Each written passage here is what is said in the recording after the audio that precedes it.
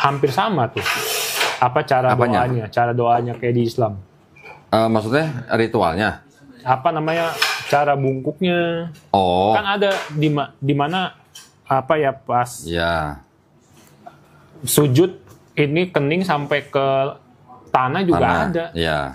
Ada gitu. Baik, bismillahirrahmanirrahim. Assalamualaikum warahmatullahi wabarakatuh. Alhamdulillahirrabbilalamin. Wassalatu wassalamu ala rasulillah. Senang sekali berjumpa kembali di channel Donditan dan Gerham Malak Jakarta. Pada hari ini di depan saya ada seorang pemuda, lagi-lagi pemuda Cina. Ini benar Cina Medan ya? Iya, Oh, Cina Medan. Namanya siapa? Ricky siapa? KTP-nya pinjam, KTP-nya. Nah, Ricky datang ke studio Gerham Malak Jakarta ini bermaksud untuk memeluk agama Islam. Ya, alhamdulillah. Namanya cuma Ricky doang? Iya. Nggak ada nama belakang? Lu anak siapa ini? Nama Ricky doang. Oh, di... Hah? Oh, marganya Ki ya? Enggak. KTP Jakarta Barat. Agama sebelumnya Buddha. Ya. Tapi yang apa namanya? Tadi cerita Kristologi itu apa? Oh, pas saya mau masuk Kristen, saya pelajari. Sempat masuk Kristen? Enggak. Oh, nggak jadi? Nggak jadi, Oh. karena saya pelajari dulu. Gitu. Oke. Oh, jadi dari Buddha belajar Kristologi, tadi mau masuk Kristen. Iya. Nggak jadi, Nggak jadi ke jadi. Islam. Iya, betul. Alhamdulillah. Gitu. Memang kalau belajar Kristologi jatuhnya masuk Islam. Jadi. Alhamdulillah, ini saya pinjam dulu ya. Iya, boleh. Nah, gini. Ricky ini datang ke studio studio Gerham Malak Jakarta menyatakan keinginannya untuk memeluk agama Islam. Ya. Betul ya? Sebenarnya sebelumnya saya mau ada beberapa pertanyaan nih. Ricky ini mau masuk agama Islam ini atas kemauan sendiri atau ada paksaan dari orang lain? Kemauan sendiri. Alhamdulillah, karena di Islam nggak ada paksaan ya. Iya. La ikraha fiddin. Kemudian yang kedua, orang tua masih ada? Masih. Papa, mama? Tinggal mama. Tinggal mama. Mama sudah tahu? Udah tahu. Mau ke sini udah tahu? Udah tahu. Oh, udah tahu juga. Udah tahu. Hah, boleh apa enggak? Boleh. Oh, boleh. Alhamdulillah. Mamanya Buddha juga? Buddha. Oke. Berapa saudara, Ricky? 4. Nomor berapa? Aku 3. Nomor 3. Saudara udah tahu juga? Udah tahu semua. Nggak ada masalah? Ya, ada cuman udah oke lah. Oh, udah oke. Alhamdulillah. Nggak, bukan apa-apa. Kalau sampai mamanya menentang atau marah, bukan terus kita berhenti, enggak. Kita masuk Islam itu nggak perlu minta izin orang tua. Tapi kalau orang tuanya menentang, Ricky boleh membantah, tapi harus dengan cara yang paling lembut. Yeah. Nah, itu aja pesannya. Ya. Yang berikutnya di dalam Islam itu kan ada syariat-syariat. Oke, setelah bersyahadat, ada sholat, ada zakat, ada puasa, ada haji jika mampu. Ya. Apakah Ricky berjanji untuk melakukan syariat tersebut? Ya, berjanji. Alhamdulillah. Baik, nah karena Ricky ini sudah menghubungi lewat Suci ya. Jadi sertifikatnya udah disiapin. Jadi Ricky nanti tinggal bacain apa yang tertulis di sini. Yang dibaca ini aja, dari mulai sini. Pernyataan memeluk agama Islam ya. Terus ini sampai sini. Dengan ini saya, nama, siapa, nick sampai pekerjaan nggak usah dibaca. Agama sebelumnya aja apa. Habis itu baca ini sampai sini. 2 kalimat syahadat baru saya tuntun. Oh ya, coba. Ya. Dibaca dulu, ada yang salah atau enggak? Kalau ada yang salah bisa diperbaikin sekarang.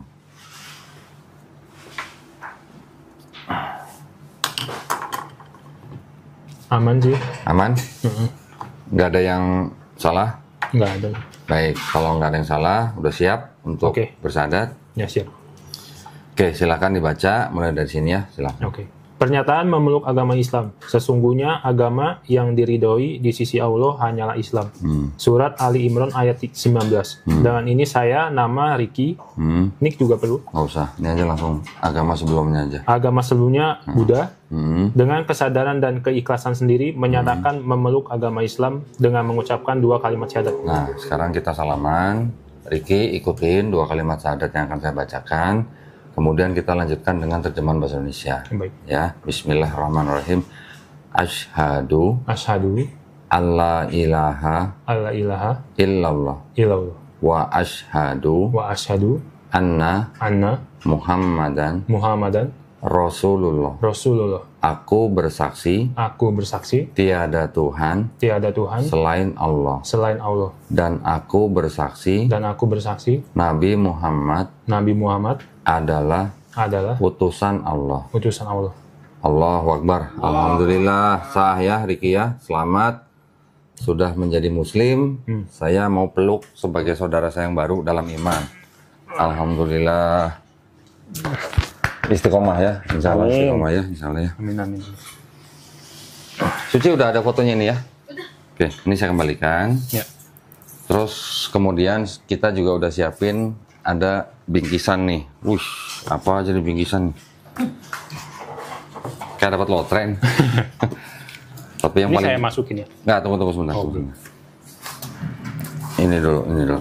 Nah, tolong ditandatangan di atas materai, terus ditulis nama aja, bukan nama lengkap, karena nama lu nggak ada nama belakang. Nama cuma Riki doang, nggak ada. Oke. Nah, namanya Riki ya.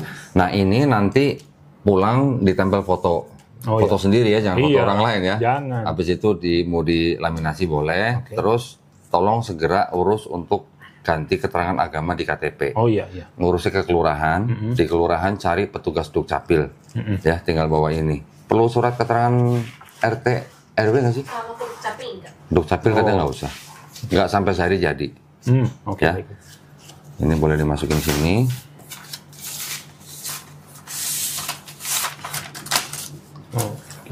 Terus, nah ini ada buku petunjuk sholat. Udah bisa sholat belum? Belum. Oh belum belajar ya, nggak apa-apa. Ini buku petunjuk sholat dibaca semua ya, dibaca semua. Ini lengkap untuk kita bisa sholat sendiri. Oh ya siap. Tapi kewajiban kita laki-laki ya sholatnya di masjid.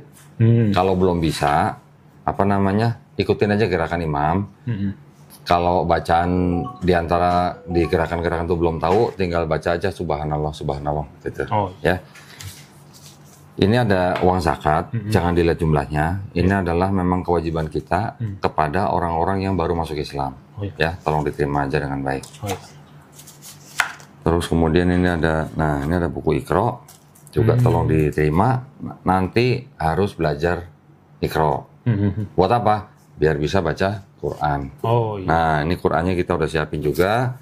Ya, ini tolong diterima. Ini masih ada plastiknya, tapi nanti kalau di rumah mau buka, wudu dulu. Oh iya siap. Ya. Terus ini ada sarung. Nah, udah sunat belum? Belum. Nah, ini korban berikutnya. Ya, tolong diterima sarung nih. Nanti bisa dipakai habis sunat. Oke, siap. Tolong nanti kasih tahu ke Suci tanggal berapa mau sunat. Oh ya. Sunatnya di rumah, nggak usah di mana-mana. Kita kirim juru sunat ke rumah. Ya, sunat di rumah langsung dikasih obat. Oke. Ya, boleh dipakai sarungnya nanti. Ini ada sajadah. Sajadahnya udah ada contekan nih. Ya, tadi ada bukunya kan? Iya, Buku betul. petunjuk sholat dipelajarin. Prakteknya pakai ini. Kalau masih kurang hafal, tinggal bacain. Oh iya. Ya. Sehari nyontek 5 kali, seminggu jadilah, bisa lah. Bisa. Insya Allah gampang. Amin. Insya Allah dipermudah ya. Oh ya, ini sarung persembahan nih, Mangga Gold. Ya. Ini sarung mangga berarti ya. Alhamdulillah. Dari kulit mangga. Bukan dari kulit mangga, ini dari yang nonton channelnya John Ditan. Gitu. Nah, ini tolong disimpan. Ini masukin sini sekalian boleh? Boleh. Nanti saya masuk. Ya, tolong diterima. Nah, ada yang ingin saya sampaikan begini. Ya. Di dalam Islam, kita taunya gini. Setiap bayi yang lahir, itu sebenarnya fitrah. Fitrah itu artinya dia sebenarnya orang yang berserah diri kepada pencipta. Oke? Nanti dia jadi Buddha, jadi Yahudi, jadi Nasrani, jadi Majusi, itu kan orang tuanya. Ya. Tapi ketika orang itu nanti besar, seperti Riki, dengar Islam, menerima Islam, dan sampai memeluk Islam, Riki sebenarnya bukan pindah agama.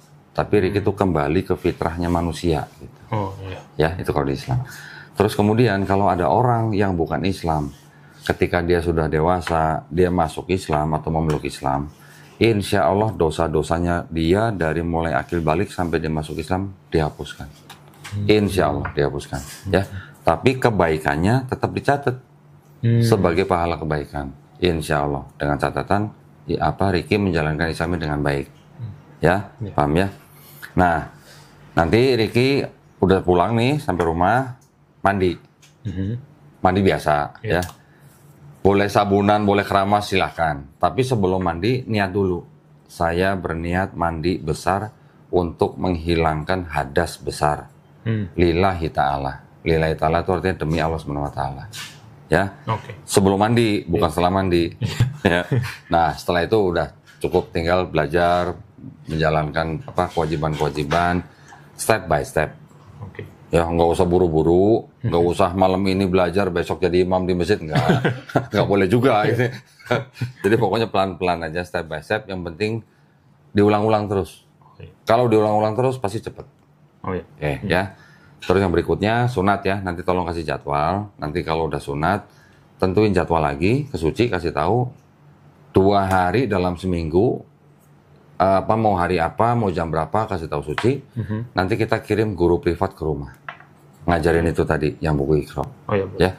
Seperti anak SD kita belajar kayak dulu lah. A, B, C, D, E gitu ya. Cuman kan ini dengan huruf Arab, nanti belajar mulai misalnya kayak dulu, ini, Budi gitu. Kayak gitu. Insya Allah sebenarnya kalau nggak banyak bolong-bolong, nggak sampai 3 bulan bisa baca Quran. Ya. Bacaan yang penting nanti ketika mulai udah belajar sholat, yang paling penting pertama kali dihafal itu adalah surat Al-Fatihah. Karena tidak sah sholat tanpa surat Al-Fatihah. Ini harus hafal dulu nih yang pertama. Setelah ini baru silakan hafalin surat-surat pendek yang lain boleh. Ayat kursi bagus. Ya, tapi yang penting Al-Fatihah dulu. Pokoknya belajar di situ. Subuh berapa rakaat, zuhur berapa rakaat, asar berapa rakaat. Semuanya ada. Oke. Ada yang mau ditanya? Oh, ini saya mau nanya, apa namanya? Kan masjid itu banyak. Sedangkan kan ada beberapa golongan ya. Golongan apa nih? Kayak Muhammadiyah, NU segala macam. Terus? Nah, saya bingung tuh kalau misalkan saya mau ke masjid, yang Islam umum itu yang mana ya, yang bisa saya lihat itu, yang gampangnya. Lu nggak usah cari, kalau ke masjid lihat, ini Islam Muhammadiyah apa Islam NU gitu. Nggak usah ngeliat. Ada masjid, masuk aja. Cara sholatnya semua sama. Jadi tidak ada yang namanya Islam NU, Islam Muhammadiyah itu nggak ada. Islam ya cuma Islam.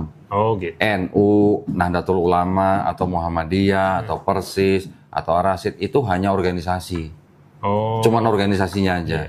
Jadi ada sekelompok Muslim, orang-orangnya yang ingin mencapai tujuan dalam bidang tertentu, mereka bikin organisasi. Nah, salah satunya NU, Muhammadiyah, dan sebagainya. Tapi masjid, semua nggak usah ngelihat ini masjid apa ya gitu, enggak, jangan. Lu nanti kalau nanya gitu malah orang pada bingung. Ada masjid, masuk aja mau sholat di masjid mana aja. Ya. Cara sholatnya semua sama. Yang membedakan nanti paling cuman gini. Kalau yang pengurus masjid itu adalah orang-orang yang ikut organisasi NU, mereka sholat subuhnya pakai kunut. Kalau ada masjid yang pengurusnya ikut organisasi Muhammadiyah, mereka subuhnya nggak pakai kunut. Tapi kalau kita misalnya masuk masjid subuh nih, ada kunut, ya udah kita ikutin, aminin, aminin aja kalau ada yang kunut, imamnya kunut. Kalau kita masuk masjid yang nggak ada kunutnya, ya nggak apa-apa, ikutin aja, tidak usah dipermasalahkan. Ya, itu hanya masalah kecil, masalah ranting-ranting, masalah cabang-cabang. Kunut itu apa ya? Kunut itu doa sebelum kita ruku. Sebelum sujud, sebelum sujud. Ya. Di rakaat kedua. Setelah ruku, kunut, habis itu sujud. Itu di rakaat kedua, dan itu hanya yang diikuti oleh teman-teman kita yang di NU. Kalau imamnya kunut, lu aminin gitu. Ikutin aja pokoknya. Ikutin aja. Jangan berbuat sendiri yang beda gitu. Nanti malah orang jadi nyangka yang macam-macam. Tidak boleh dipermasalahkan, itu bukan masalah. Ada lagi? Ini apa namanya? Kalau belum sunat, kalau sholat itu sah atau enggak? Insya Allah sholatnya sah, tapi yang bersih. Yang bersih, cuci luar dalam. Ya, pokoknya harus bersih, menjaga kebersihan. Kalau belum sunat, nggak apa-apa, sholat, insya Allah sah, tapi harus bersih. Pak. Berarti mandi dulu gitu lebih baik? Boleh, mau mandi dulu, mau sholat boleh. Pokoknya tahu sendirilah, yang tahu kan dia. Makanya buru-buru sunat, ya, biar nggak was-was. Jadi wudhu kan juga mensucikan kita, ya. Tapi kalau dalamnya kotor, ya najis ya gimana gitu. Ya tahu sendirilah. Pokoknya kita tahu kita bersih, insya Allah sah. Nggak lagi? Itu aja sih kayaknya. Itu aja. Ya, jangan bingung. Nanti kalau misalnya ada yang nggak tahu, jangan sungkan-sungkan nanya. Boleh. Atau minta nomor saya ke Suci nanti boleh. Iya, Tanya. boleh. Ya, atau nanya ke teman-teman yang lain juga boleh. Nanya ke pengurus masjid juga boleh. Ya. Tapi kalau misalnya belajar Iqra di rumah nggak masalah kan? Nggak masalah sih. Nggak apa-apa kan? Nggak apa-apa. Kalau nggak mamanya ikutin, ajakin aja sekalian. Iya, pelan-pelan. Nah, ini sebelum kita tutup, kita akan berdoa dulu ya. Artinya kita mendoakan juga buat Ricky supaya istiqomah. Ya. Juga kita berdoa mudah-mudahan Ricky dan saya semuanya teman-teman di sini, juga para penonton, kita juga semuanya istiqomah. Juga kita semuanya insya Allah dijadikan golongan manusia yang mengikuti apa yang sudah diturunkan Allah Subhanahu Wa Taala melalui Rasulnya, dan juga insya Allah kita dijadikan golongan manusia yang menyaksikan keesaan Allah. Ya, kita juga berdoa insya Allah kita semuanya dihindarkan dari azab dan api neraka. Amin. Ya, juga Ricky nanti jangan lupa pulang doain kita semua, doain penonton juga. Iya pasti. Ya, doain yang kita yang baik-baik pokoknya. Amin. Karena doanya Ricky ini lebih didengar daripada doa saya nih. Saya udah lama 10 tahun. Ini barusan nih. Ya, insya Allah kan nggak ada dosa nih hari ini. Oh gitu ya? Udah 0. Udah 0. Jadi kalau nggak ada dosa atau dosanya 0, insya Allah doanya pasti dengar, insya Allah. Amin. Ya, doain gue ya. Amin, saya doa. Ya, oke. Nah, sebelum kita tutup, ngobrol sebentar boleh? Boleh. Nggak buru-buru kan? Enggak. Sunatnya masih lama kan? Masih berapa hari kan? Iya. Tadi cerita, Ricky belajar kristologi. Iya. Belajarnya gimana? Jadi dulu pas SMK, ya kan? Mas SMK udah belajar kristologi? Udah belajar justru. Keren. Terus? Karena dulu kan, di SMK tuh Kristennya kental banget. Oh, SMA-nya SMA Kristen? Iya, SMK Kristen ya kan. Terus kita wajib seminggu sekali ke gereja. Walaupun bukan Kristen? Walaupun bukan Kristen, wajib. Hari apa tuh ke gerejanya? Dia di gereja itu tiap hari Sabtu, Kamis kalau nggak salah. Jadi pas hari sekolah? Iya, pas hari sekolah. Bukan hari minggunya? Bukan. Jadi udah ada kebaktiannya sendiri. Khusus untuk anak-anak sekolah? Iya. Gitu. Terus? Jadi pas masuk, enak juga dengerin musiknya, musik. Kan, sampai merinding segala macam. Waduh. Nah tapi pas dibawa ke ajaran agama Kristennya, dibilang Tuhan itu Esa, ya kan. Nah ada satu lagu yang bikin saya bingung tuh. Apa tuh? Pas dinyanyiin, bilang Yesus itu Tuhan. Nah saya jadi bertanya-tanya kan. Pas saya pelajari, ternyata Trinitas. Nah saya pelajarilah Trinitas ini, ya kan. Saya buka YouTube, saya buka Google, saya belajar Bible-nya. Ada sampai waktu itu saya singkat cerita pas kuliah, itu saya pacaran sama orang Kristen. Diajaklah ke gereja. Terus saya bilang, saya tuh belum terlalu mengerti sama Trinitas. Coba diajarin dulu. Terus? Dibawalah ke gerejanya. Habis kebaktian, saya bilang sama pacar saya, kalau misalkan pendetanya itu bisa menjelaskan secara logika, saya pasti masuk Kristen. Soal Trinitas? Iya, soal Trinitas. Udah gitu, udah selesai kebaktian, saya tanya nih ke pendetanya. Saya tanya, Pak, saya kurang ngerti Trinitas itu gimana, padahal yang saya pahami itu kan Tuhan itu Maha Esa. Ya kan nggak mungkin jadi makhluk. Gitu. Terus ditanya, agama kamu apa? Dia bilang, saya Buddha. Nah, pendetanya bilang gini, sama. Di agama Kristen sama kayak Buddha. Terus saya bingung kan. Samanya gimana, apanya Pak? Sama? Gitu. Terus? Pendetanya bilang gini, Buddha kan banyak Buddhanya. Jadi di Kristen juga sama, Tuhannya banyak loh. Tuhannya banyak? Terus saya jadi bingung loh. Terus? Saya bilang ke pendetanya, Pak, di agama Buddha itu tidak pernah mengklaim kalau dirinya tuh ciptaan.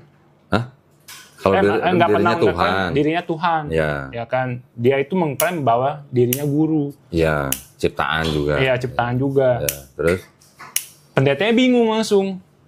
Ya kan, tiba-tiba kayak bingung gitu dia kan. Habis itu nggak lama dia bilang, nanti saya ngobrol lagi ya, saya di atas ada urusan. Oh. Saya tungguin tuh 30 menit, 1 jam nggak balik-balik, ya udah saya pulang. nggak jadi jelasin Trinitas. Nggak jadi jelasin dia. Aduh, Ya kan, akhirnya pulang, ya saya belajar sendiri. Nah, singkat cerita saya udah putus sama mantan saya tetap belajarin. Tunggu sebentar. Tadi gerejanya gereja apa? Ingat nggak? Di Bandengan. Nama gerejanya nggak inget. Apa ya? Gereja... Pantai Kosta bukan? Bukan. Lupa saya. Oh, lupa. Kalau yang di sekolah gerejanya gereja apa? Gereja, kalau SMK dulu sih Pancaran Berkat. Pancaran Berkat. Nama gerejanya? Atau nama SMA-nya? Nama SMK-nya. Oh, gitu. Nama gerejanya nggak tahu? Nama gerejanya sih dia, kalau gereja itu di satu tempat sama sekolah tuh? Kalau yang waktu pas nanya itu bukan di Bandengan, di ini, Pademangan. Oh, Pademangan. Lupa saya namanya. Pademangan berapa nih? Pademangan berapa ya? Gue biasa ke Pademangan 2 nih.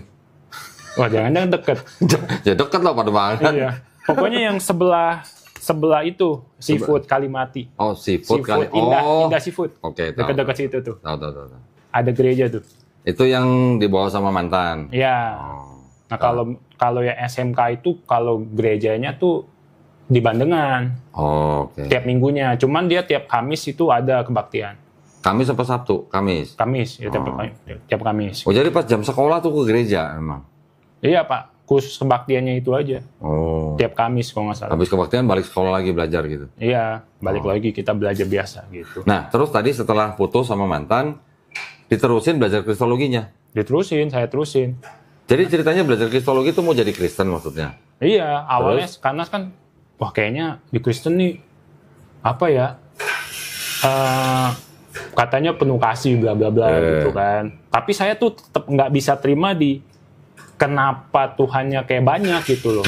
Ya kan, Roh Kudus Tuhan, Allah Tuhan, ya kan, terus sama Yesus Tuhan. Nah, saya itu pelajari terus. Tapi kan bukan 3 Tuhan, tapi kan 1 Tuhan, ya, kata orang Kristen. Ya, kata orang Kristen kan. Makanya saya juga bingung. Ya, makanya itu saya belajari lah. Tapi lu sempat baca Bible-nya? Sempet saya belajari. Baca semua habis apa enggak? Saya nggak habis sih, tapi saya belajar yang poin-poinnya aja. Poin-poinnya aja gitu. Sempat baca nggak waktu Yesus baptis? Sempat. Waktu Yesus baptis di mana? Di Sungai Yordan? Iya, Sungai Yordan. Ada Roh Kudus. Turun jadi burung merpati. Burung merpati. Habis itu ada suara di langit. Apa katanya? Inilah anakku. Ya kan? Inilah anakku yang kukasihi. Jadi ada Roh Kudus turun dalam bentuk burung merpati, ada Yesus di Sungai Yordan, ada suara di langit. Ya kan? Inilah anakku yang kukasihi. Ini kan ada berarti kan di atas Bapa nih. Iya. Bapa, Roh Kudus, Yesus. Kalau katanya satu, kok 3-3 nongol bareng? Gitu. Nah, itu dia. Kan bingung kan? Ya kan? Iya. Terus? Nah, udah gitu, saya mulai tuh belajarin dari debat. Karena kalau misalkan, menurut saya nih, kalau saya belajar langsung dari pendeta, dia kan menyimpan dogma. Ya kan, dia pasti ngajarin yang dia tahu dan yang benar-benar aja. Makanya saya tuh belajar lewat debat. Debat? Ya. Jadi dulu nonton debat? Nonton debat. Siapa aja yang ditonton? Ahmad Didat saya nonton. Zakir Naik saya nonton. Ya kan? Paling terakhir tuh saya nonton debatnya Kodondi juga. Debatnya Bang Zuma juga. Saya nontonin. Nah, dari yang saya nonton Ahmad Didat, itu saya sampai catat tuh semuanya. Waduh. Poin-poinnya bla bla bla, ya kan. Saya catat. Oh, ternyata selama ini yang saya ragukan soal Trinitas itu baru kejawab 1 tahun kemarin. Siapa yang jawab? Bible sendiri. Gimana jawabnya? Ternyata ada Bible yang RSV ya. Oh, RSV. Ya kan, menyatakan bahwa Yohanes berapa tuh? 1 Yohanes 5. 1 Yohanes 5 ayat 7 ya kan.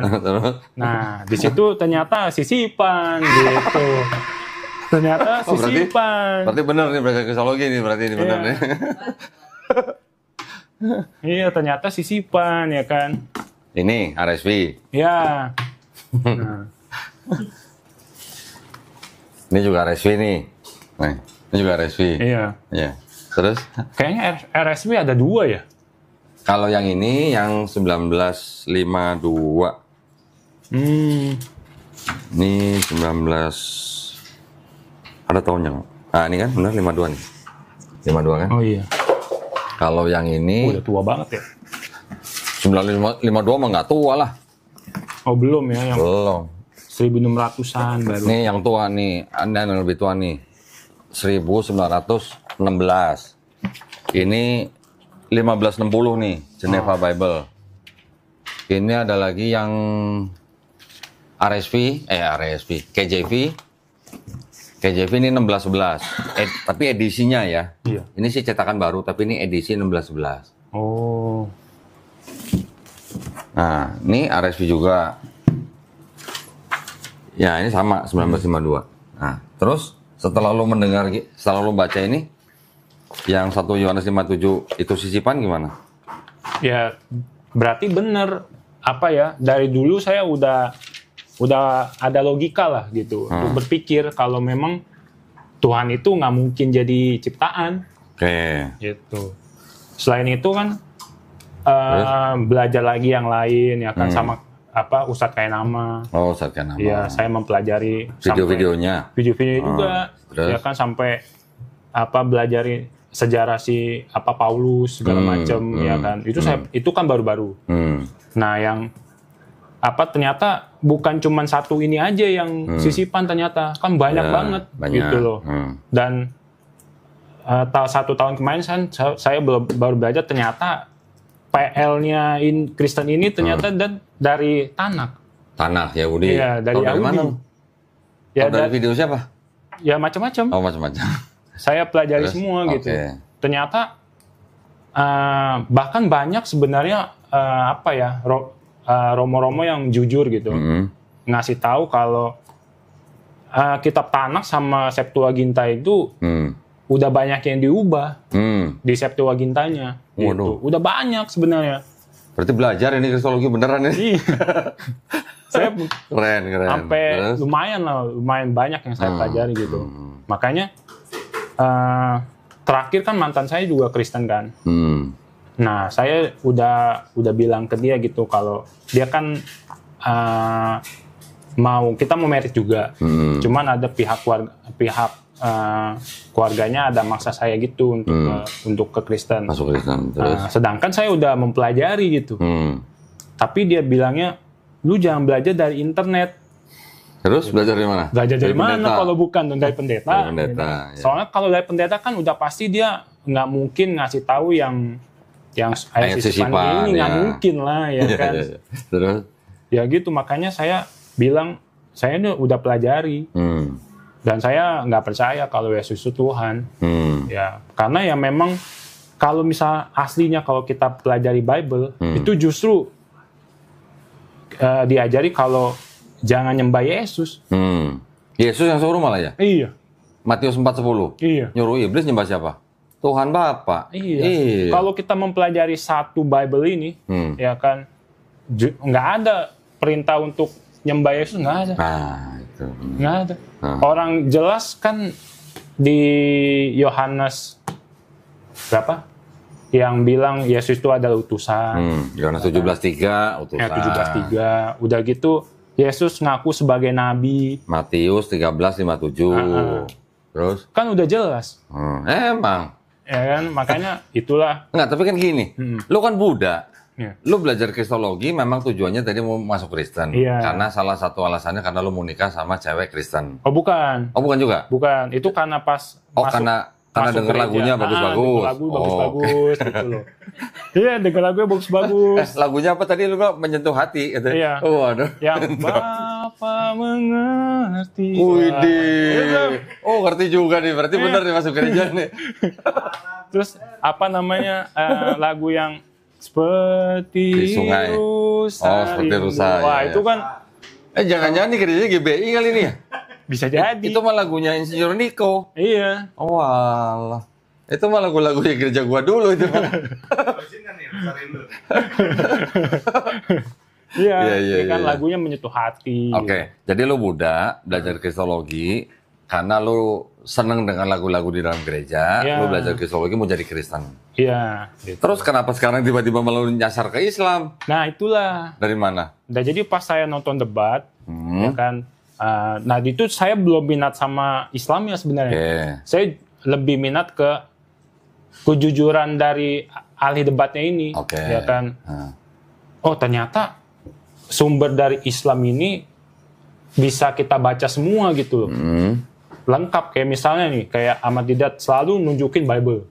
Bible ini, bilang ini gitu kan. Nah udah gitu, saya kan udah ada ilmu nih, ya kan. Saya debat nih sama orang Kristen. Oh gitu? Ya. Teman apa? Teman kerja apa teman apa? Kayak random aja di Instagram gitu. Oke. Saya debat. Oh di medsos maksudnya? Iya di medsos gitu. Di IG. Terus? Saya debat nih segala macam. Orang Buddha debat sama orang Kristen. Terus? Saya debat, ya kan. Tujuan saya tuh ya saya pengen tahu aja. Dia Kristen, tapi dia tahu gak sih isi Bible gitu, ya kan. Nah yang saya bingung, kenapa orang Kristen ini kalau misalkan ada yang debat sama mereka, mereka nganggap itu yang debat sama mereka tuh Islam. Oke. Itu nggak tahu tuh, 100% pasti begitu. Ini ya, apa namanya, udah kayak di bawah alam sadar gitu ya? Iya, gitu loh. Pokoknya kalau yang debat sama Kristen pasti Islam. Itu. Katanya Buddha. Padahal kan mereka lupa kalau mereka kan ngajak kan ke semua agama. Iya. Ya kan, bukan cuma agama Islam doang. Ya, agama lain kan boleh dong bertanya. Siapapun ya kan? pokoknya Siapapun, diajak, ya kan. Udah gitu, yang pasti mereka kan kesel juga kan. Saya debat, ini orang tahu banyak nih. Terus? Akhirnya mereka lempar ayat Al-Quran. Terus? Nah kan saya bingung. Lah, kan saya nggak pernah ngomong saya agama Islam ya. Dilempar saya pakai ayat Al-Quran gitu. Terus udah gitu, Pak, dilempar pakai hadis lah segala macam. Mau nggak mau saya baca. Oke. Dari situ? Nah dari situ tuh saya baca, ya kan. Ada yang pertama kali tuh saya ingat tuh dilempar soal itu, apa? Kencing onta. Oke. Nah kan dibilang gini, masa lu di Al-Quran bilangnya kencing onta bisa apa namanya? Di Quran? Di hadis ya. Kencing Quran bisa kencing onta bisa hilangin penyakit. Lu minum dah tuh banyak-banyak. Terus? Bener gak ya? Ya kan? Saya cek nih hadisnya nih. Kirain lu langsung minum kencing onta? Enggak dong. Saya cek hadisnya, ya kan. Oh bener nih ada. Terus saya otomatis kan, oh iya ada nih. Ya. Saya cek dong ilmu kedokterannya dulu, saya cek. Oh ternyata bener. Oke. Ya kan, ternyata bener kalau kencing onta pada dulunya bisa, ya kan, menyembuhkan penyakit yang belum ada obatnya. Ya. Tapi kan di situ tertulis jelas kalau ada obat yang kalau ada alternatif yang lebih baik, lebih bagus pakai itu. Ya.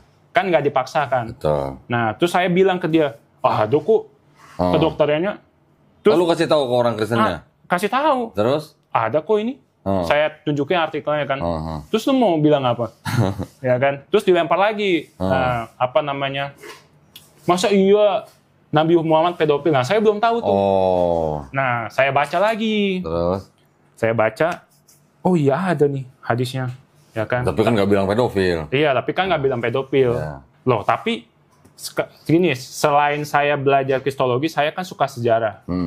Nah, saya tuh kalau nonton Netflix Viking, nonton nggak? Apa? Vikings. Nonton. Nah, itu kan sejarah itu Inggris. favorit gua itu. Nah, sama tuh. Itu kan sejarah terjadinya Inggris sama Kristen kan. Belum jadi Inggris, Saxon bilangnya. Belum Bangsa jadi Inggris, Saxon, ya kan.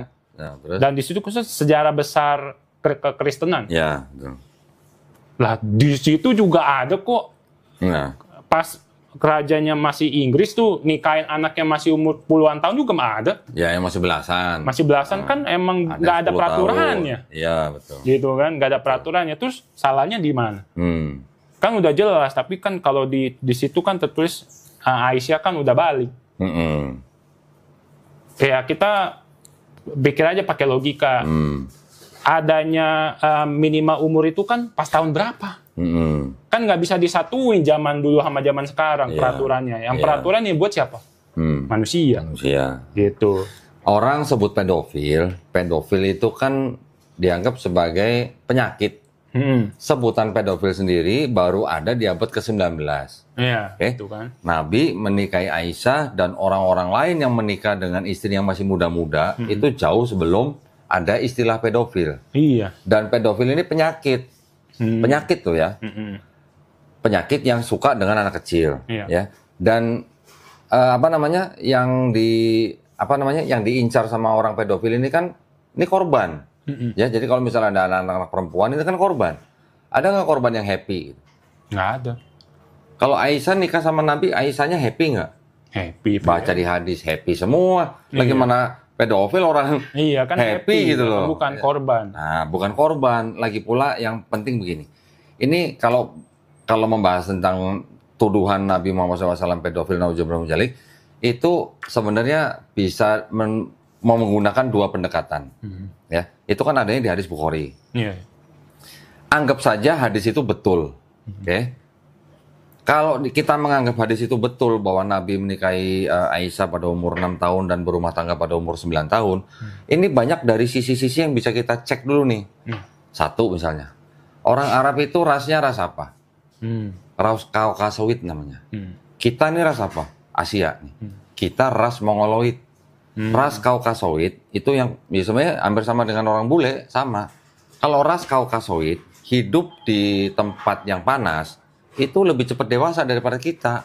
Oh, gitu. Iya. Jadi perempuan ras Kaukasoid umur 9 tahun hidupnya di tempat yang panas, juga dengan makanan atau diet yang mereka biasa makan itu memang bisa, dan saya juga pernah baca di artikel-artikel dari barat, itu memang bisa menyebabkan wanitanya lebih cepat dewasa gitu, dibandingkan dengan ras Mongoloid seperti kita.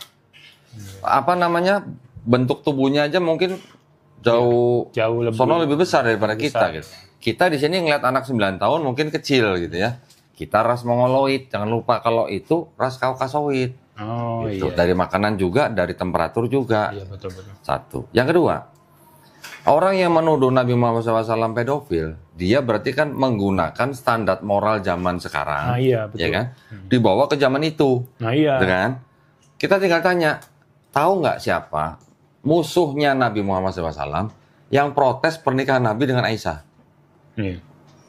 Ada nggak musuhnya Nabi yang protes?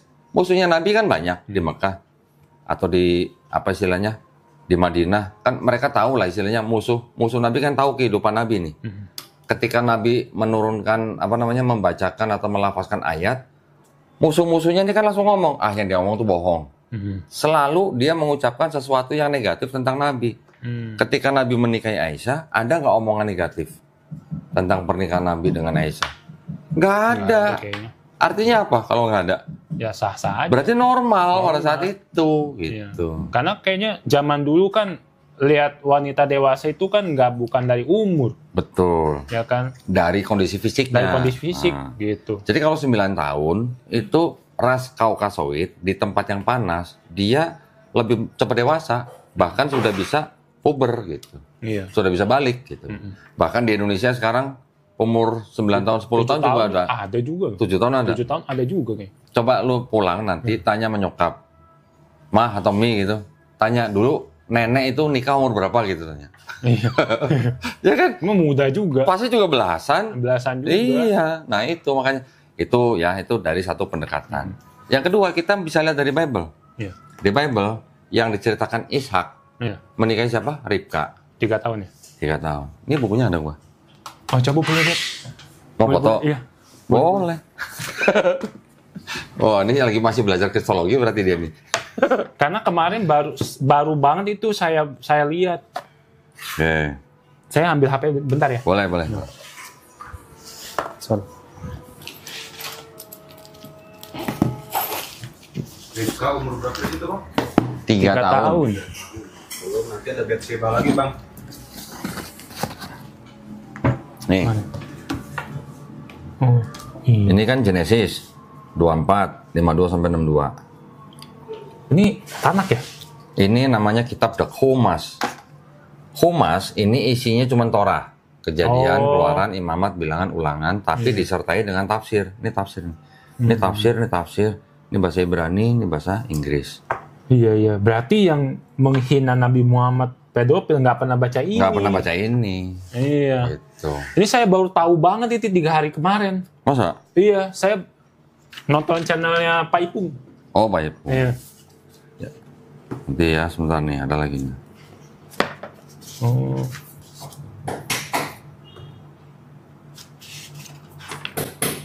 udah pernah baca di apa namanya di dalam Islam kita mengenal bahwa Nabi Ibrahim alaihissalam itu apa namanya pernah diselamatkan Allah Subhanahu wa taala dari api Raja Nimrod. Pernah dengar? Pernah kayaknya. Pernah Yang dengar? nggak bisa dibakar ya? Iya, pernah Iya. dengar yang apinya jadi Iya, dingin. apinya jadi dingin. Ya. Pernah dengar? Pernah.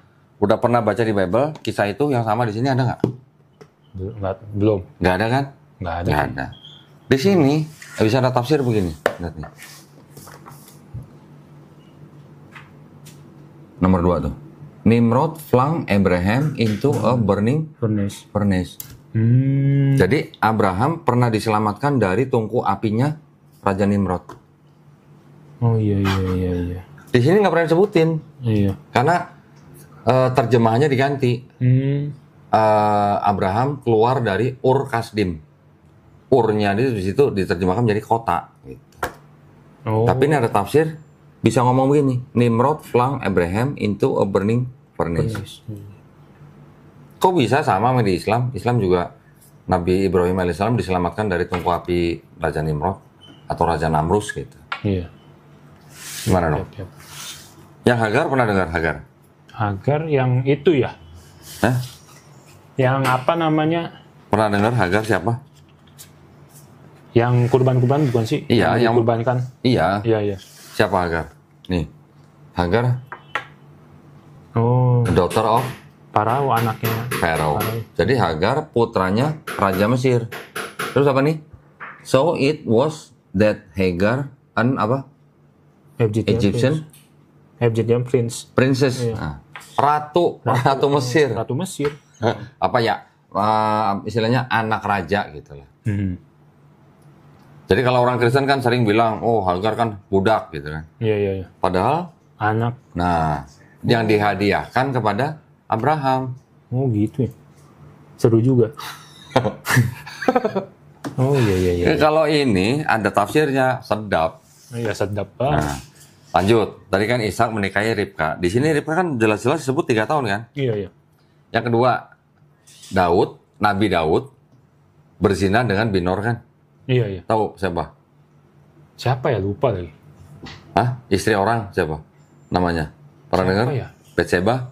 Oh, Bathsheba. Nah, Betseba kan istrinya Uria. Heeh. Berapa usianya Betseba ketika zina sama Daud? Berapa tuh? Itu kalau dihitung mundur-mundur dari umur kakeknya Betseba. Betseba tuh punya kakek namanya Ahitofel. Ya, Ahitofel ini punya anak, punya cucu. Ini Betseba ini cucunya. Gitu. Umurnya Ahitofel ketika meninggal, menurut tafsir dari Kristen dan Yahudi, itu antara 30 sampai 33 tahun. Sudah meninggal. 33 tahun punya cucu. Jadi punya anak umur berapa? Berapa ya?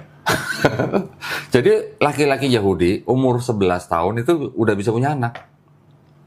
Oh, buset. Lah, 33 mati udah punya cucu gimana? Iya juga ya. Nah, lo. Buset dah. Nah, sekarang berapa umurnya Betseba ketika berzina dengan Daud? Itu nggak lebih dari 7 sampai 9 tahun. Iya, masih muda lah ya. Masih muda dong. Nah, terus Maria, ibunya Yesus di Perjanjian Baru. Umur berapa ketika hamil? Berapa ya? Tahu nggak? Lupa lagi. Hah? Nggak pernah dengar? Nggak pernah denger sih. Nggak pernah baca yang sampai sedetail itu. Soalnya. Berarti lo harus sering-sering kesini kalau belajar kristologi. Nih foto. Berapa nih umurnya Maria waktu hamil? 12. 12. Kalau 12 masih bisa disebut bocil nggak? Belum tentu. Hah? Kalau orang sono kan tadi gue bilang. Iya. Orang ras Kaukasoid kan Arab, Iya. orang Israel. Itu kan satu rumpun. Orang serumpun. Rasnya ras Kaukasoid. 12 tahun. Lah itu yang ngomong bukan gua. Baru tahu saya. Foto lah. Saya kira tua banget. Tua dari Hong Kong. Kira cuma 30-an gitu. Lah itu. Kalau 30 belum punya anak, orang Israel mau udah dibilang perawan tua. Iya. Iya. Oh iya, Iya. saya pernah itu tuh baca yang apa ya? Yang Apa? bukunya siapa itu? Yang katanya kalau umur 20-an mah belum nikah mah dibilang aneh. Iya, Iya, iya. emang. Kalau buat cewek mah cepet banget umurnya. Makanya kalau Iya. orang Arab menikahi perempuan berusia 9-10 tahun itu nggak aneh pada zaman itu gitu.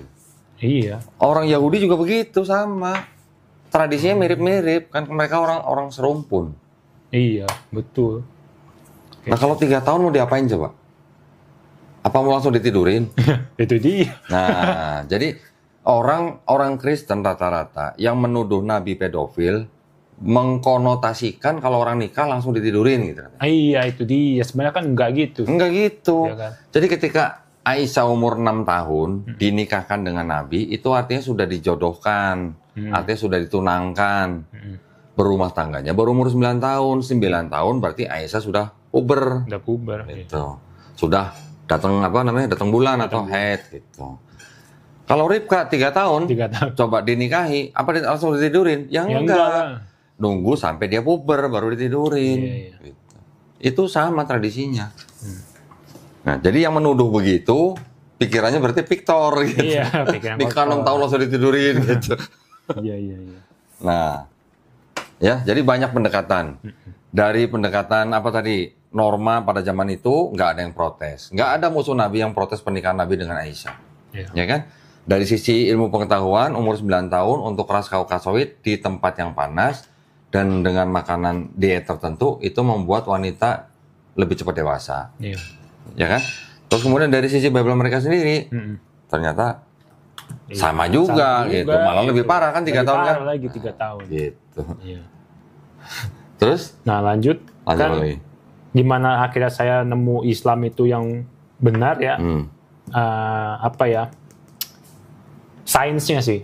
Oh, sainsnya. Iya. Oke. Nah, di Quran ada, ya. Iya, di Quran. Kan Di hadis juga ada. di hadis ada juga. Nabi Iya. kan menyebutkan bahwa sendi manusia Iya. ada 360. Iya, iya. Ahli ortopedi mana waktu itu yang nemuin sendi manusia 360? Iya, makanya itu dia kan. Waktu Nabi masih hidup bisa menyebutkan sendi manusia 360. Baru zaman, ya paling baru berapa tahun yang Iya, lalu, baru berapa puluh tahun yang 50 lalu tahun lah. lah gitu kan. Iya, ya Nah, kan? udah gitu kan saya Terus? nonton channel Kodondi juga kan.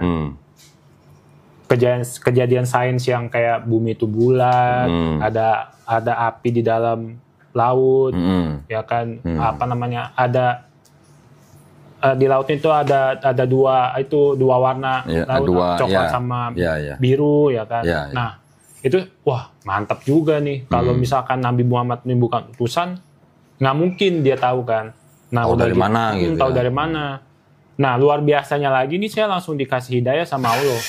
Gimana? Saya debat nih, ya kan. Sebenarnya yang kencing unta itu kan lumayan tuh udah hidayah juga kan. Nah ada lagi satu. Pas saya debat sama orang lain, dia bilang gini. Padahal saya juga sama, saya nggak pernah jemput agama saya apa gitu, nggak pernah. Tapi dia tuh langsung bilang gini, coba lu baca, masa iya di Quran tulis gini, tulang sulbi bisa keluarin sperma. Oh, oke. Nah, emang zaman dulu nggak ada testis. Gitu dia. Saya kalau mau ditujukan aja saya screenshotnya. Terus? Ya kan? Wah, masa iya sih? Ya kan? Terus? Saya baca nih, oh iya benar ada nih. Terus otomatis saya pasti lihat dulu dong kedokterannya. Ternyata tahun 2007 apa 2014 ya, tahun 2007 tuh udah ada penelitiannya. Kalau tulang sulbi itu bisa ada molekul tuh seperti sperma, yang dimana di Inggris itu ada penelitian tulang sulbi tikus itu diambil sel spermanya di tulang sulbi terus dimasukin ke sel telurnya tikus jadi tikus. Oh, oke. Nah terus saya lampirin semuanya. Diem dia. Saya aja dapat hidayah. Oh gitu. Iya. Masya Allah. Saya dapat hidayah, wah, saya udah bilang, wah ini termasuk hidayah besar nih buat saya. Oke. Ya kan, Bulan makanya apa itu? Kapan itu? 3 bulan lalu belum lama. 3 bulan lalu. 3 bulan lalu belum lama. Oke. Ya kan, wah, makanya saya pelajari, ada juga tuh yang menentang kan. Terus dia bilang, saya debat sama orang lain lagi nih, ada yang menentang kalau, gimana caranya apa hubungannya tulang sulbi itu bisa keluarin sperma? Ya sekarang saya kasih artikel kedokteran gitu. Bahkan di Halodoc ada. Kalau tulang punggung itu cacat, bisa mempengaruhi kualitas sperma, bisa mempengaruhi produksi sperma. Kalau itu nggak ada hubungannya, mana mungkin? Berarti kan di Al-Quran itu kan benar. Nah itulah. Masya Allah. Makanya pas saya tahu itu, wah saya udah nggak bisa nunda lagi. Makanya kan saya langsung hubungi itu kan. Siapa? Suci? Suci. Oh, okay. Saya mau syahadat gitu. Masya Allah. Gitu. Berinding gue jadinya. Tapi memang benar pas tiap saya nonton Bang Zuma gitu. Saya baca Al-Quran tuh saya merinding terus. Oh ya? Masya Allah. Merinding saya. Makanya ya mungkin cerita saya ini cuma sedikit tapi bisa membantu lah. Maksudnya bisa membantu orang untuk membuka logika. Gitu. Orang yang debat sama lu di medsos itu nggak tahu bahwa dia berdebat sama orang Cina, Buddha lagi ya? Iya, gitu. Iya kan? Dipikir pasti Muslim gitu ya? Iya, dipikir Muslim. Ternyata bukan gitu. Banyak banget sampai saya mempelajari Kristen itu apa, segala macem. Nah gini, tadi yang masalah sperma keluar dari antara tulang dada dan tulang sulbi, itu kalau tadi mempelajari tentang tulang sulbi ternyata ada unsur atau sel spermanya di situ dengan percobaan tikus dan macam itu apa istilahnya, Masya Allah itu memang istilahnya walau-walam lah ya, Allah yang tahu lah ya. Itu dari sisi pengetahuan. Tapi kalau kita lihat dari sisi bahasa, sebenarnya jawabannya simpel. Itu kan adanya di Quran surat At-Tariq ya. Quran surat 86 ayat ke-5 sampai 8. Maka hendaklah manusia memperhatikan dari apa dia diciptakan. Ayat 5 nih. Ayat 6-nya, dia ini siapa? Manusia kan? Diciptakan dari air mani yang terpancar. Betul kan? Ayat 6. Ayat 7-nya apa? Yang keluar dari antara tulang punggung atau sulbi dan tulang dada. Ya kan? Sebenarnya tulang punggung nggak cocok. Tulang sulbi itu kan tulang ekor. Ya kan? Dari sini kan dia? Dari sini tulang sulbi itu tulang ekor. Ya. Tulang dada kan ini, rusuk lah. Gitu. Jadi di sini dikatakan nggak mungkin mana ada sperma keluar dari antara tulang dada dan tulang ekor. Tapi ternyata karena mereka baca terjemahan, udah gitu menggunakan kaidah bahasa yang taunya cuma orang Indonesia aja gitu. Ini ada masalah begini. Di ayat yang ke-7 itu ada ayat yang berbunyi yakhruju mim baini sulbi wat tauraib. Ya, artinya yakhruju itu yang keluar. Arti yakhruju itu memang artinya bisa diartikan yang keluar. Tapi orang pikir baca dengan kaidah bahasa Indonesia. Ayat sebelumnya dia manusia diciptakan dari air mani yang terpancar. Ya kan? Terus dia baca ayat berikutnya yang keluar dari antara tulang sulbi dan tulang dada. Jadi orang berpikir yang keluar itu air maninya. Padahal yang keluar itu dari antara tulang dada dan tulang sulbi itu apanya? Bayi. Manusianya. Rahim. Sekarang kalau ibu ketika sedang mengandung anaknya, bayinya di rahimnya, ketika anak itu sudah siap keluar, bayi itu adanya di mana? Ya di sini. Ya di antara tulang dada ibunya dan tulang sulbi ibunya. Betul apa enggak? Betul. Jadi yang keluar ini adalah manusianya. Sebenarnya ada titik gitu ya, tapi orang sobos aja gitu. Nah, ini kan tulang dada, ini kan tulang sulbi. Kan bayi ada di sini. Berarti bayi itu berada di antara tulang dada dan tulang sulbi ibunya. Yang keluar dari antara tulang dada dan tulang sulbi itu manusianya. Jadi dia diciptakan dari air mani yang terpancar, yang keluar dari antara tulang, yang keluar tuh manusianya bukan air maninya, gitu loh. Sekarang kalau dianggap yang keluar itu air maninya dari antara tulang dada dan tulang sulbi, keluarnya dari mana? Kalau laki-laki, kayak dari alat kelamin. Tapi kalau dari antara, di bagian mana antara tulang dada dan tulang sulbi menghasilkan sperma? Kayak kalau tadi meneliti tulang sulbi, tapi kalau di antara kan orang nanti bisa bilang, kan antara tulang rusuk sama tulang sulbi, bagian mana yang memproduksi sperma gitu, atau air mani gitu kan? Kita kebingungan lagi gitu. Karena air mani diproduksi di testis. Istilahnya di testis kan untuk Kan ada di bagian tubuh pria yang menghasilkan sperma, kemudian dia salurkan ke testis, baru dikeluarkan. Jadi yang keluar dari antara tulang dada dan tulang sulbi yang dimaksud itu adalah manusianya. Manusianya. Oh, iya. Gue bisa buktiin. Iya. Buktinya apa? Di ayat-ayat yang lain, jadi gini, tadi kan kita baca dari ayat 5, hendaklah manusia memperhatikan dari apa dia diciptakan. Yang ayat 6, dia diciptakan dari air mani yang terpancar. Yang itu yang dikeluarkan dari antara tulang dada dan tulang sulbi. Baca ayat 8-nya. Ayat 8-nya apa? Ayat 8-nya. Allah Subhanahu wa taala mampu membangkitkan manusia itu, gitu loh. Nih, sebentar. Terjemahannya aja. Wih, panjang nih soalnya. Oh, panjang juga. Karena ini banyak contohnya. Jadi kata yakhruju itu tadi, itu yang, nah ini nih. Arti daripada kata yakhruju itu yang menggantikan manusianya. Jadi yang dikeluarkan dari antara tulang sulbi dan tulang dada itu adalah manusianya. Di ayat 8 kan disebutkan ini. Mana? Sungguh Allah benar-benar kuasa untuk mengembalikannya hidup setelah mati. Itu ayat 8-nya. Jadi yang dikembalikan hidup setelah mati ini manusianya atau armaninya?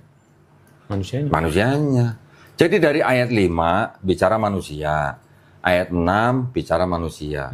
Ayat 7 juga masih bicara manusia. Ayat 8 juga masih bicara manusia. Jangan sini bicara manusia, di sini air mani, di sini air manusia lagi. Kan nggak nyambung gitu maksudnya. Itu. Dan banyak contoh di ayat-ayat Quran yang lain, ya, yang menggunakan kata yakhruju itu hampir semuanya artinya yang dikeluarkan adalah manusianya. Ada contohnya nih, nanti gua kasih nih. Kalau mau dicatat nanti juga boleh. Ada di Quran 2 contoh aja nih ya. Sebenarnya banyak. Iya. Quran surat Al-Hajj ayat 5. Di sini ada kata-kata bahasa Arabnya tuh nukhrijukum. Ya. Ini kata dasarnya kan sama. Di sini diartikan apa? Kami keluarkan kamu sebagai bayi manusia. Ada kata yakhrujunya. Kemudian di contoh lain di Quran surat An-Nahl ayat 78. Dan Allah mengeluarkan kamu dari perut ibumu dalam keadaan tidak mengetahui sesuatu pun. Di sini kata bahasa Arabnya akhrojakum. Ini kan cuma kosakata yang berubah dari satu akar kata yang sama gitu. Paham nggak? Paham. Masih banyak contohnya ayat-ayat Quran yang lain. Nih segini banyak. Al-Maidah 22, 37. Tadi apa? As-Sajadah 20, Al-Qamar 7, Al-Hasyr 2, 12, Al-Baqarah 257, An-Nahl 78. Nanti kalau mau catat nanti saya kirim, cek di situ. Ada nggak akar kata yakhruju di dalam ayat-ayat ini dan yang dikeluarkan itu manusia atau apa? Oh, iya. Itu jawaban yang paling enak kalau gue sih. Paling enak ya. Contohnya ada soalnya, buktinya ada di Quran gitu. Tapi luar biasanya terbukti juga. Dari sisi sains, insya Allah terbukti kan? Terbukti juga gitu kan. Iya. Kalau di sulbi ternyata ada Betul. molekul sperma. Betul. Jadi memang ada dua pendekatan menjawabnya. pendekatan, Iya. Mau pakai yang itu boleh, mau pakai ini boleh. Iya. Mungkin kalau misalkan yang buat terus di dada ya mungkin tuh lebih ke nanti bayinya. Maksudnya tuh bayi. Iya. Jadi gini, kita ketika memahami sebuah atau beberapa ayat, kita usahakan jangan sampai lepas dari konteks gitu. Iya. Kalau kita melepaskan diri dari konteks, kita nggak dapat gambaran utuhnya maksud ayat-ayat itu apa. Tadi seperti saya bilang, ayat 5 bicara manusia. Iya. Ingat nih, lu harus ingat diciptain dari apa? Iya. Lu diciptain dari air mani. Air mani yang terpancar. Yang terpancar dari mananya kan tidak dijelaskan detail. Iya. Tapi ayat 7-nya yang keluar atau yang dikeluarkan dari antara tulang dada dan tulang sulbi. Yang dikeluarkan ini manusianya, bukan air maninya. Iya. Ayat 8-nya juga dijelaskan bahwa Allah benar-benar kuasa menghidupkan dia setelah mati. Berarti lagi ngomongin manusia. Iya. Tuh. Iya, betul. Boleh ini dipelajarin, silakan kamu catat. Iya. Terus setelah itu langsung hubungi Suci. Alhamdulillah, Gitu. keren. Terus saya juga mempelajari ya dikit-dikit sama Bang Zuma gitu kan. Saya masuk live-nya 3 kali Bang. Oh masuk. Iya, Ikut debat juga. Ikut debat juga di TikTok. Justru saya lebih nanya gitu. Oke. Soalnya kalau si Bang Zuma itu kan kelihatannya memang expert Bible ya. Daripada saya tanya pendeta, saya tanya Bang Zuma. Terus? Soalnya ada ayat yang agak rancu lah. Jadi saya tanya Bang Zuma, ternyata ya sisipan juga ternyata. Kalau udah sisipan mau diapain lagi? Nah, gitu. Ya kalau udah sisipan mau diapain lagi? Tapi gini, ketika kita belajar Bible, kita juga jangan menggunakan kacamata kita. Iya. Ya. Kita juga harus belajar tafsirnya Bible nih. Ini tafsirnya Bible nih. Banyak banget. Lah ini dari Kejadian sampai Wahyu tuh. 12 buku. Jadi maksudnya gini, ketika kita sedang membandingkan atau mempelajari agama orang, kita harus tahu tafsirnya agama mereka apa. Walaupun ini yang merah ini kan untuk yang Perjanjian Lama. Ini yang hitam Perjanjian Baru. Yang merah ini adalah tafsirnya Kristen terhadap kitabnya orang Yahudi. Nah, gitu. ya kan? Ini kan untuk Perjanjian Lama. Iya, Perjanjian Lama. Sedangkan kita tahu Perjanjian Lama kan bukan punya orang Kristen. Iya. Perjanjian Lama kan punya orang Yahudi. Iya. Tapi orang Kristen ini menafsirkan kitab sucinya orang Yahudi menggunakan kacamata Kristen. Pakai kacamata Kristen gitu. Iya. Kalau yang ini memang kitabnya Kristen ya monggo, itu adalah memang haknya mereka, Kristen gitu. Tapi ketika mereka menafsirkan kitab Yahudi menggunakan kacamata Kristen, ya jatuhnya seperti ini. Kita jangan sama seperti Kristen yang menafsirkan kitab orang dengan kacamata mereka. Kita juga nggak boleh menafsirkan kitab suci orang dengan kacamata kita. Iya. Gitu ya. Karena kan Quran, kita udah punya Quran nih. Quran yang berhak menafsirkan Quran siapa? Ya ulama Islam. Iya. Tanah kitab sucinya orang Yahudi. Yang berhak menafsirkan siapa? Ya ulama orang Yahudi. Iya. Begitu juga dengan Kristen. Tapi Kristen kan separuh nih. Iya. Yang separuhnya punya Yahudi nih. Iya. Kalau mereka punya hak untuk menafsirkan PB, betul.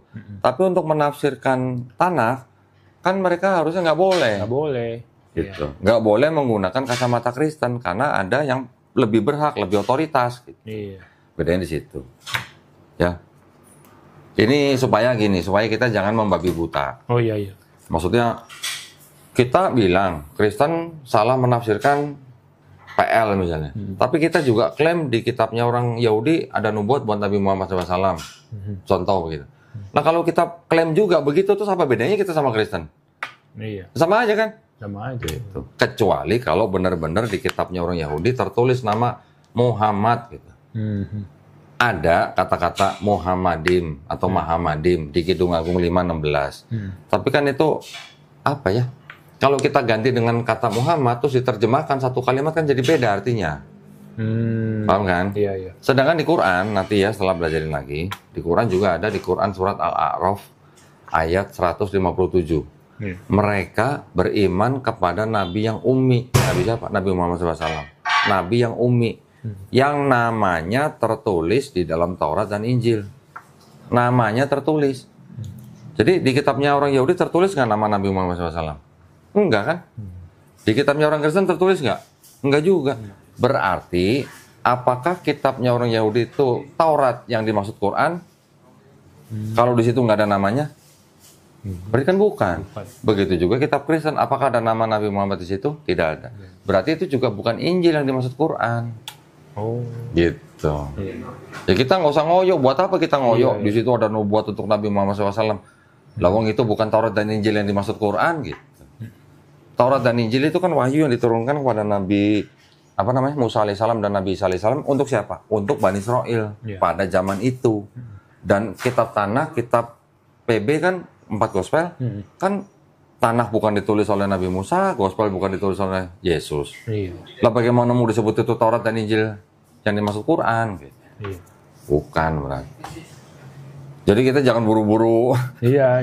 Ya paham ya. Ya kalau kita klaim ini pasti buat Nabi Muhammad SAW di tanah. Ini pasti buat Nabi Muhammad di PB misalnya. Apa bedanya kita sama Kristen yang menafsirkan kitab tanah? Iya, betul. Tapi kalau mau bicara indikasi, masih boleh. Indikasi aja. Kita indikasi itu maksudnya hanya dalam bertanya-tanya gitu. Ya, sampai istilahnya dia nggak usah jawab. Bisa, contohnya apa? Parakletos di PB. Mereka klaim kan itu untuk Roh Kudus.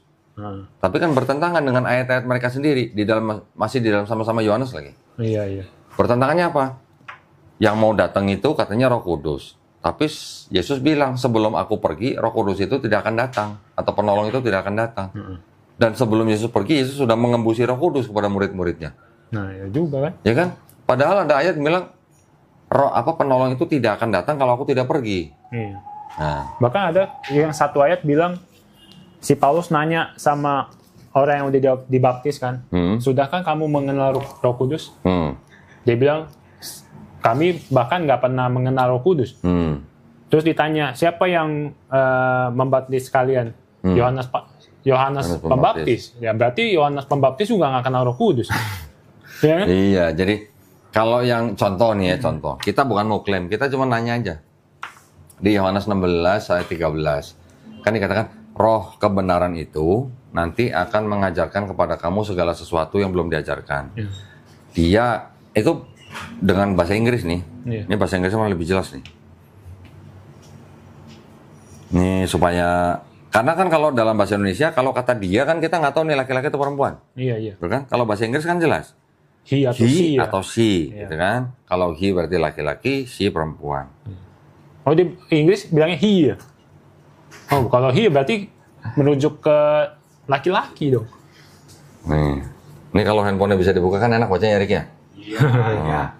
How about when he, Oh the spirit of truth is come.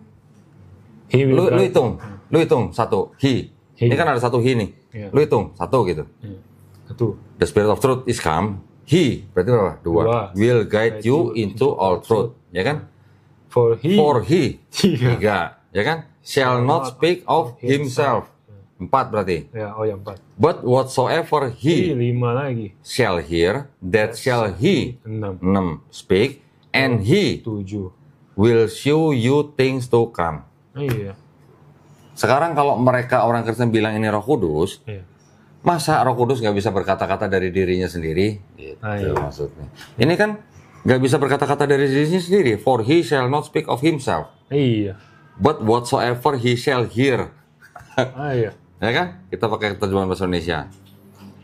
Tetapi apabila ia datang, yaitu roh kebenaran, ia akan memimpin kamu ke dalam seluruh kebenaran. Sebab ia tidak akan berkata-kata dari dirinya sendiri, tetapi segala sesuatu yang didengarnya.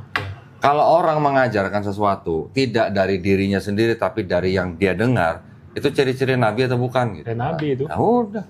Ya, kita nggak klaim. Iya. Saya nggak klaim ini buat Nabi Muhammad SAW. Nggak klaim. Cuma pengen nanya, ini Roh Kudus apa bukan? Oh iya. Kalau Roh Kudus, masa Tuhan nggak bisa berkata-kata dari dirinya sendiri? Gitu. Itu maksudnya. Lagi pula kalau misalkan itu buat Roh Kudus, ya ganti aja katanya di Roh Kudus. Iya, kenapa he? Roh kebenaran? Kalau Roh kebenaran kan bisa diartikan Allah Subhanahu wa taala memasukkan roh kebenaran di dalam diri seorang nabi. Iya, betul. Setiap nabi pasti kan punya roh kebenaran. Iya. Gitu. Jangan kalau bilang Roh Kudus, Zakaria udah kepenuhan Roh Kudus, Elizabeth udah kepenuhan Roh Kudus, ya kan? Waktu Yesus dibaptis, Roh Kudus udah datang, jadi burung merpati katanya. Nah, tapi Yesus bilang, penolong itu tidak akan datang kalau aku tidak pergi. Nah itu udah datang kalau itu Roh Kudus kan? Iya. Ya kan, makanya gitu. Nah, gitu jadinya. Sebelum Yesus pergi, sebelum Yesus diangkat, Yesus sudah mengembusi Roh Kudus kepada murid-muridnya. Ada kok. Oh iya.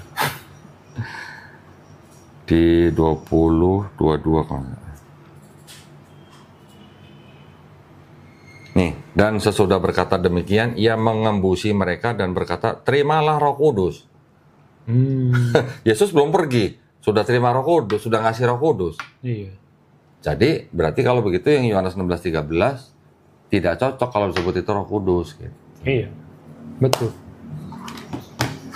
Terus yang lucunya lagi kan, banyak orang Kristen kan bilang kalau Yesus itu Tuhan karena dia bisa membangkitkan orang mati segala macam. Elia juga bisa, Yeskiel juga bisa. Padahal mereka lupa ada satu ayat yang Yesus bilang mengutus 12 muridnya untuk pergi nyari domba-domba Israel kan.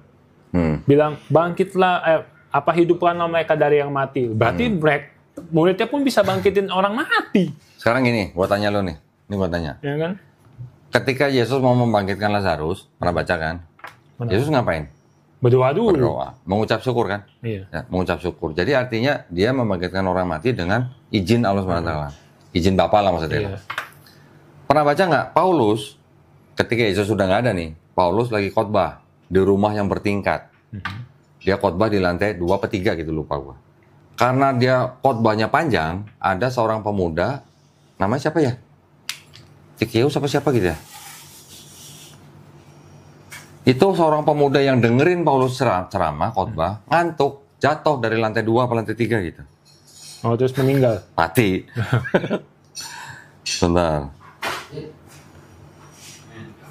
Di kisah apa ya? Ada ceritanya. Nah, di situ kan orang-orang pada turun. Iya. Lihat orang itu anak muda udah mati. Paulus ngedekep. Jadi orang anak muda itu udah dekep. Ya, nggak berdoa dulu loh. Oh. Ya, nggak berdoa dulu kayak Yesus. Yesus berdoa dulu. Ini Paulus langsung ngedekep orang itu, jangan berisik, orang ini sedang tidur katanya. Hidup. Oh, hidup lagi. Hidup lagi. Canggihan mana Yesus sama Paulus? Iya nggak? Iya. Canggihan mana kalau begitu? Paulus lah, nggak usah berdoa lagi dia. Mana ya di Kisah Para Rasul ada nih? Bentar, belum pernah baca ya itu ya? Belum. Saya pernahnya bacanya si Paulus dipanggil Zeus. Tahu kan Nabi Yeskiel? Yeskiel tahu kan? Dia bisa membangkitkan orang mati. Bukan orang itu yang orang mati jenazahnya masih ada dagingnya loh. Iya. Oh, tinggal tulang ya? Tinggal tulang-tulang. Dan banyak kan cuma satu. Ya, Jangan sedih dong. Ini udah tulang-tulang. Disentuh sama si Yeskiel ini. Dari tulang-tulang itu tumbuh daging, tumbuh urat.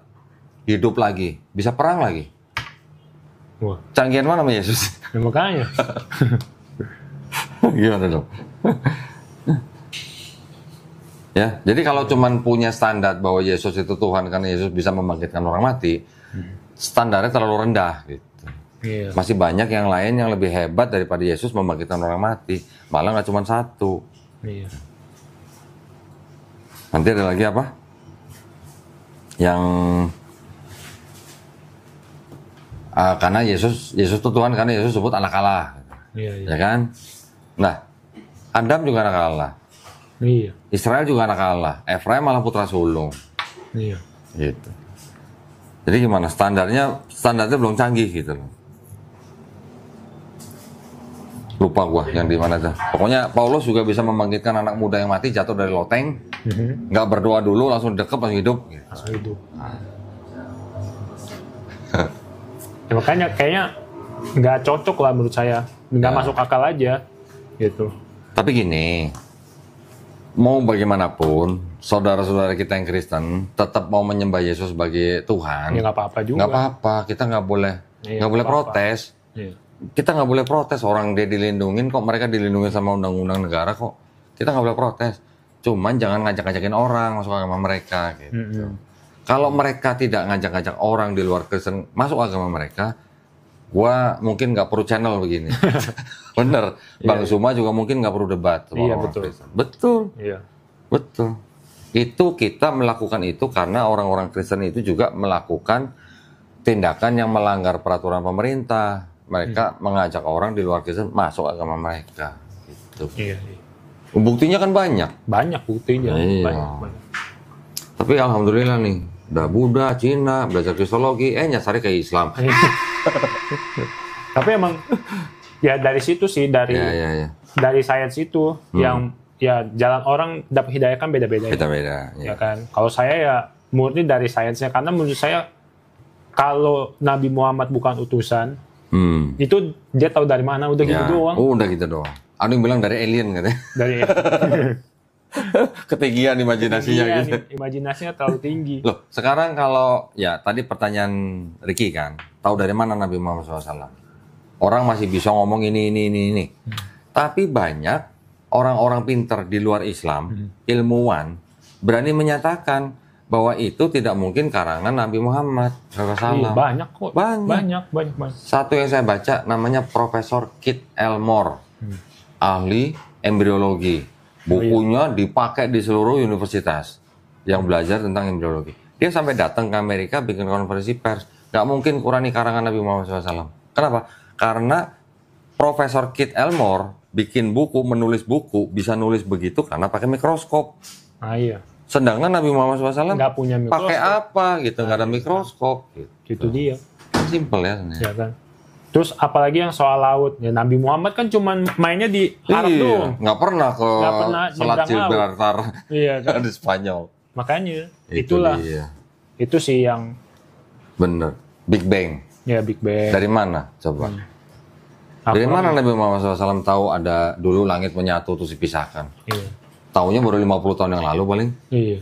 Nah ternyata itu yang tentang NASA bilang bumi bulat itu ternyata bumi juga belum fix bulat.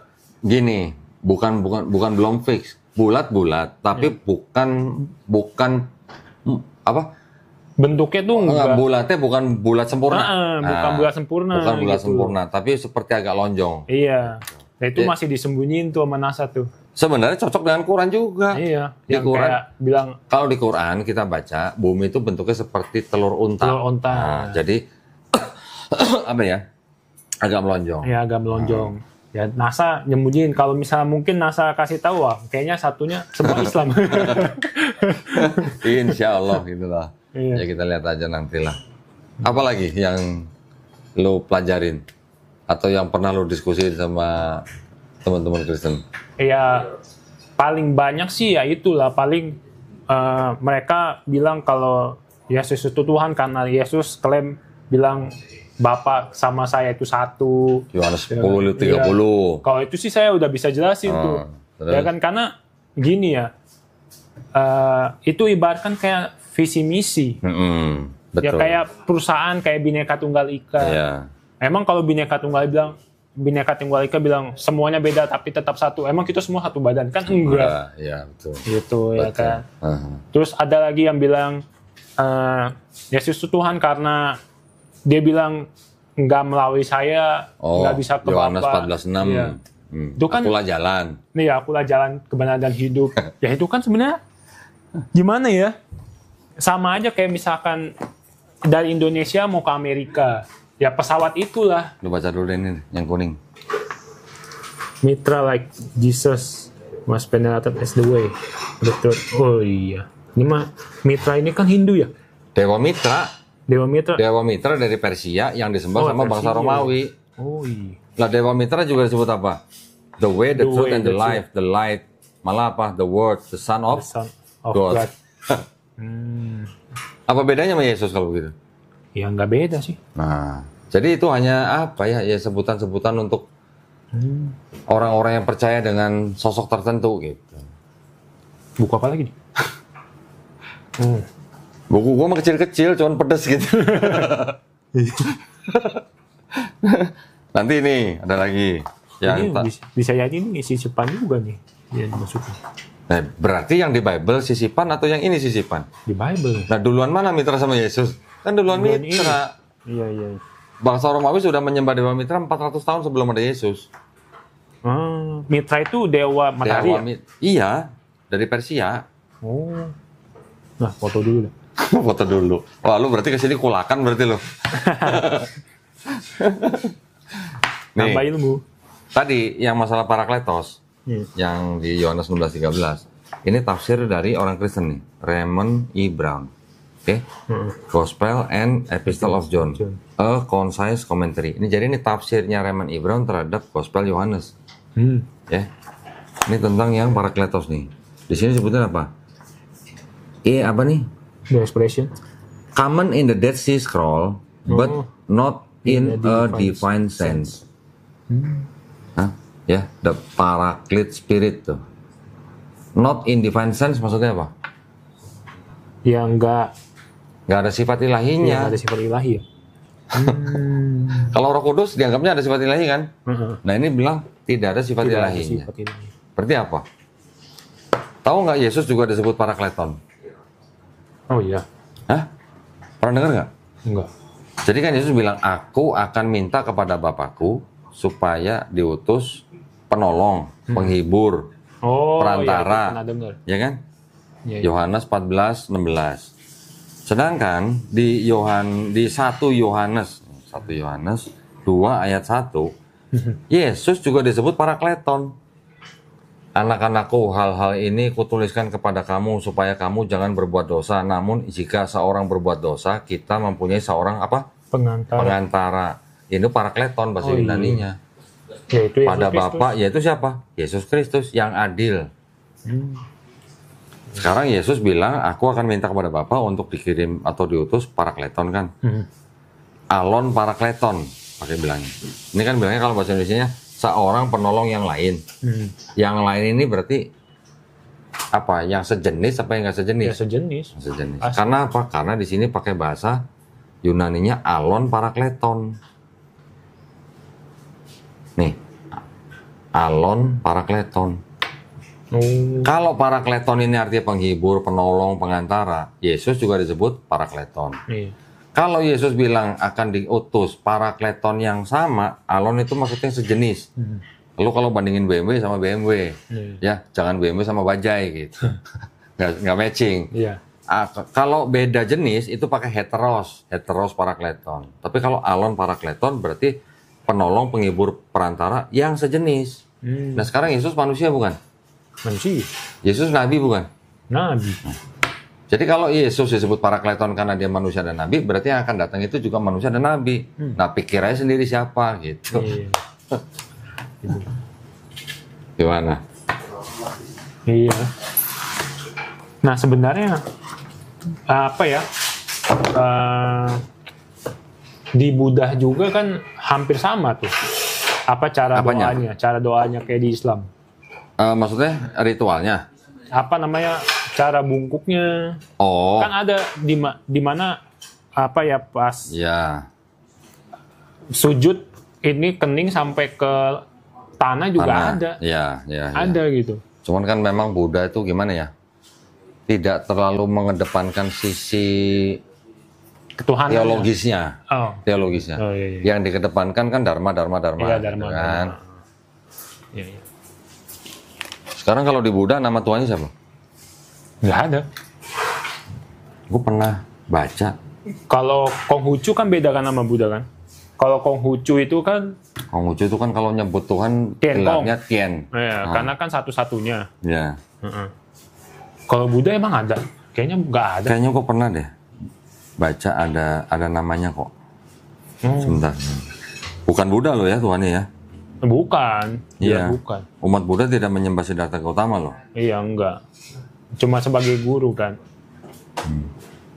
Oh bukan. Waktu itu gue pernah nyatet gimana ya? Oh, kalau nggak salah ada Bante yang ngomong Nirwana. Nirwana itu bukannya surga. Nah, kebanyakan orang mengira bahwa Nirwana itu adalah surga. Ya. Tapi Nirwana itu adalah sebenarnya nama Tuhan dalam Buddha. Nirwana atau Nibbana. Nibbana. Itu nama Tuhan dalam Buddha. Ini catatan gue nih. Ini gue dengerin Bante nih. Nama Tuhan. Gue catat tuh.